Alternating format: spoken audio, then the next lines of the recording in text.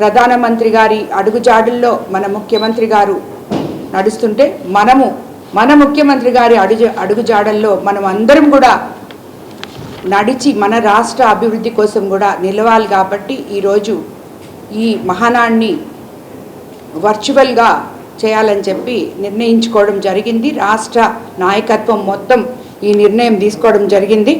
పొదుపు చర్యలో భాగంగా మహానాడును హైబ్రిడ్ పద్ధతిలో పొదుపు మహానాడుగా జరపాలని మన తెలుగుదేశం పార్టీ అధినేత గౌరవనీయులు చంద్రబాబు నాయుడు గారు, నారా లోకేష్ బాబు గారు ఇద్దరు నిర్ణయించడం జరిగింది.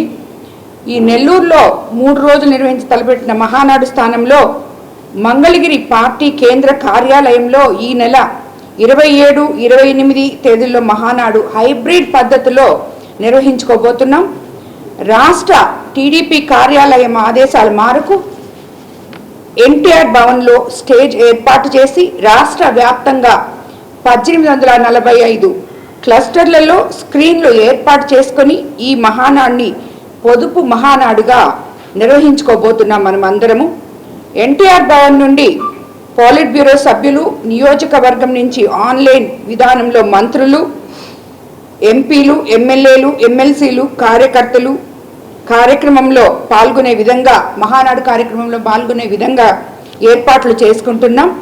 తీర్మానాలతో సహా ఇతర అన్ని అంశాలు మహానాడు విధానాల్లో పాటిస్తూ హైబ్రిడ్ మోడల్లో మహానాడుని మనము నిర్వహించుకోబోతున్నాం.